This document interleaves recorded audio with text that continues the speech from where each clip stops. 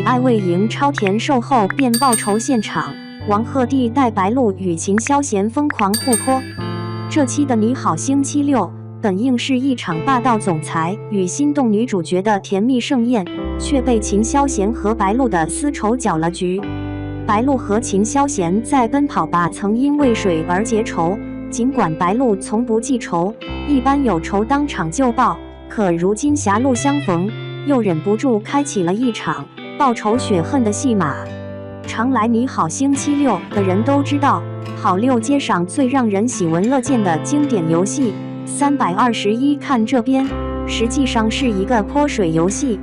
所以虽然这次原本节目组并没有安排这个游戏，但因为白鹿点名要玩，就必须要满足他的要求了。戏里创业成功，戏外衣锦还乡的王鹤棣，时隔4个月，终于再次站到了好六街的舞台上，并且这一次他可不仅仅是自己回来，不但带了在剧里疼爱入骨的财经杂志的美女记者郑书意白鹿氏，还将外甥女神与杰氏菜鸟记者秦时月和外甥女婿魏哲明氏温文尔雅的金融教授郁友也给带了回来，拖家带口闹翻好六街。王鹤棣，不愧是你！以爱未赢剧组来到好六街，掀起了一股创业的风气，既有令人心跳加速的爱情博弈，又有让人屏住呼吸的竞争氛围。熟人局果然格外好看。好六团与以爱未赢剧组被分成了4个队伍，每个队伍代表着一个公司，分别为王鹤棣与白鹿的名誉云创，魏哲明与沈宇杰的玉米赏月，秦霄贤与李雪琴的老雪花花店，杨迪与丁程鑫的开 XIN 快递。好六街推出了一款限定的模拟彩票，共有16组数字，4个公司通过比拼可获得好六游戏币，每10个好六游戏币能购买1张模拟彩票。没有买中彩票的人会接受终极惩罚，最终获胜的公司可以得到好六街唯一的1块金字招牌。王鹤棣为了保持霸总人设，回归好六街却依然十分正经，还爱对人，尤其是针对秦霄贤，被他带着，白鹿也略显嚣张。巧合的是，同样也格外针对秦霄贤。然而，当他们得知，在每轮比拼中，获胜的公司都可以拿走除了自己以外任意公司本轮获得的游戏币之后，双双变得和谐了起来。原来这场挑战不仅仅考验的是实力，不仅仅需要有运气，更得懂得人情世故。显然王鹤棣和白鹿已经将好六团得罪得死死的了，所以当被问到哪家公司的本金应该被拿走的时候，不但好六团的2家公司直接选择名誉云创，他们还强行替玉米赏月公司做了选择。被集体针对之后，王鹤棣也开始破罐子破摔，竟然怒斥好六团孤立嘉宾。但事实上，不是好六团在欺负嘉宾，而是大家一起欺负王鹤棣和白鹿而已。他们将在游戏的开始失去所有起始游戏币。王鹤棣不愧是当过总裁的，对此毫不在意，直言大不了就白手起家。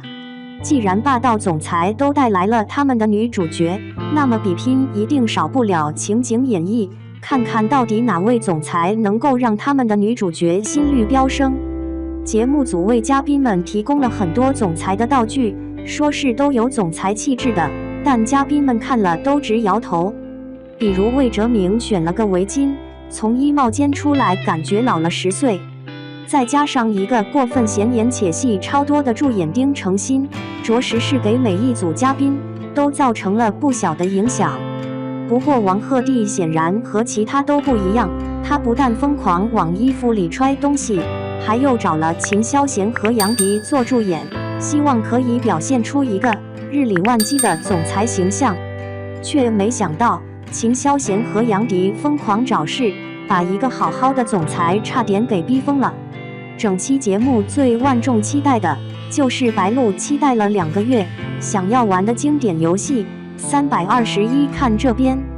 看白鹿一上场就紧紧地握住杯子的架势，真是不知道他究竟是期待这个游戏，还是期待往秦霄贤脸上泼水？反正当秦霄贤对上白鹿的视线之后，可是被吓得够呛。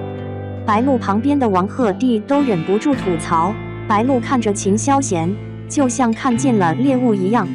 4个月没有玩这个游戏了，王鹤棣也突然有了些许紧张。虽然1次没玩过，但白鹿十分自信，连规则都不用听，就可以直接开始游戏，并且他和孟子义不一样，起码不会出现一手拿水一手拿盾的情况。王鹤棣虽然很久没有回来了，但技巧并没有生疏，开局便获得了1次胜利，让白鹿体验到了泼水的快乐。可惜秦霄贤旁边的李雪琴也是专业选手，挡水的速度十分令人震惊，导致白鹿的体验感直线下降。没有办法，3个人的修罗场里，秦霄贤旁边的李雪琴显得格外无辜，为了不受牵连，只能更加努力。可能在这个游戏里，还没有人表现得像白鹿一样，不但十分享受游戏，还整个人都变得十分激进和热烈。从开场的时候起，白鹿的眼睛仿佛在发光，致力于泼到秦霄贤，甚至觉得他这期不是来做剧宣的，就是为这个而来的。当白鹿与王鹤棣对付秦霄贤的时候，甚至感觉听到了白鹿的内心 OS， 是对李雪琴说的：“雪琴，这事跟你没关系，你别管。”看着何炅都在旁边忍不住劝白鹿，不断地告诉他放松一些，这只是一个游戏。秦霄贤也不知道是哪里来的自信，竟然告诉白鹿，他伸手的时候，他不需要拿水，只需要拿盆就行。万万没想到，打脸来得太快，就像龙卷风，话音刚落就输了。白鹿迅速反应，及时泼水，终于得偿所愿。游戏进入到真正的高潮，是王鹤棣与白鹿调换了位置的时候。因为众所周知，在这个游戏里，王鹤棣的强项是泼水。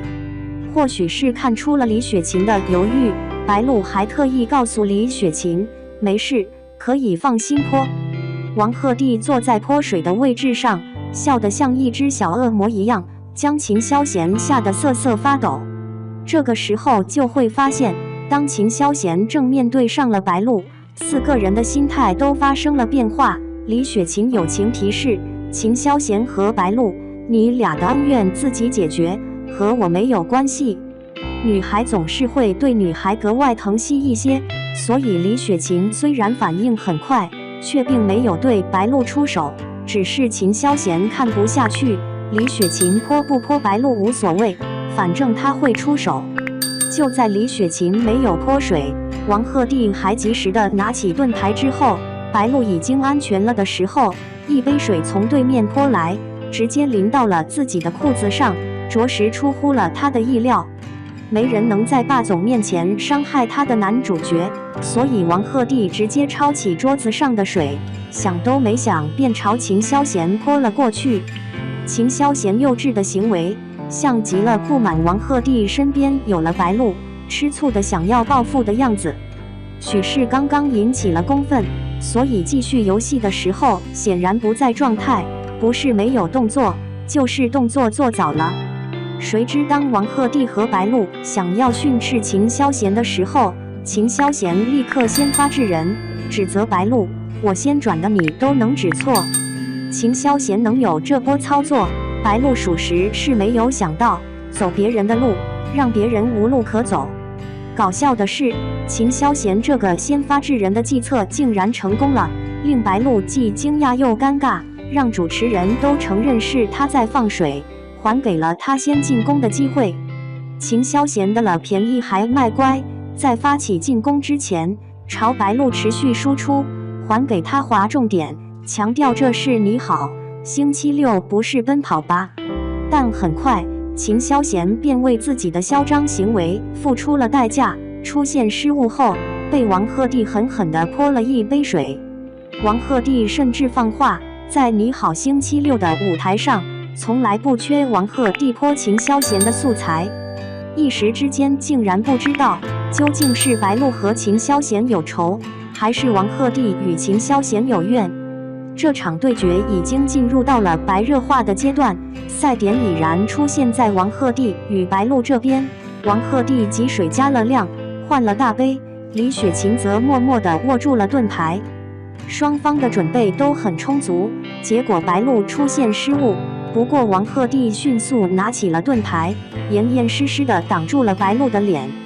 可秦霄贤不甘示弱，拿过李雪琴面前的水杯，直接泼给了王鹤棣，并且泼的位置也十分尴尬。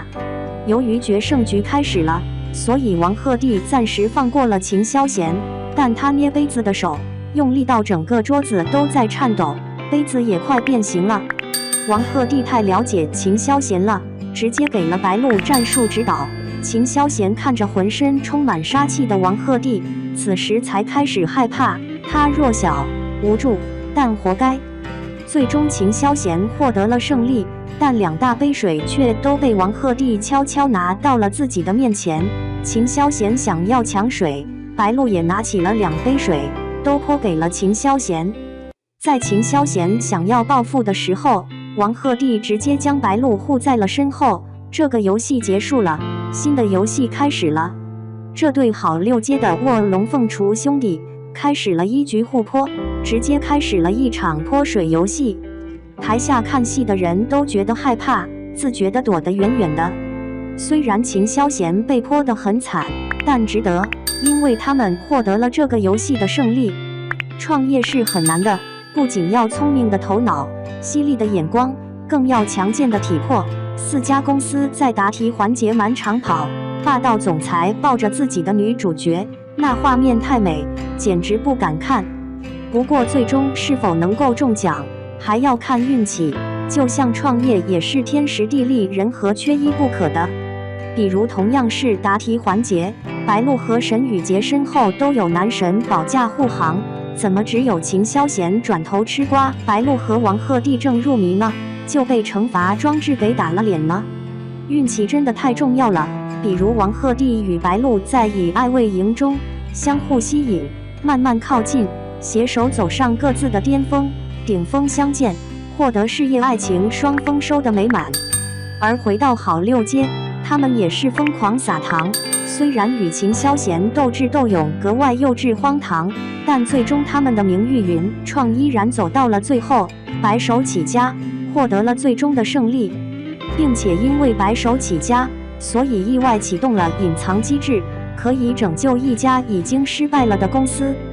为了被他们选择，其他公司成员开启了彩虹屁的疯狂输出。而学霸就是学霸，李雪琴只用了2句话：石总、石太太，我们俩的运气因你们而生，祝你们以爱为营，便轻松得到了这次机会。否则以秦霄贤和王鹤棣白鹿的恩怨，高低不能救他们。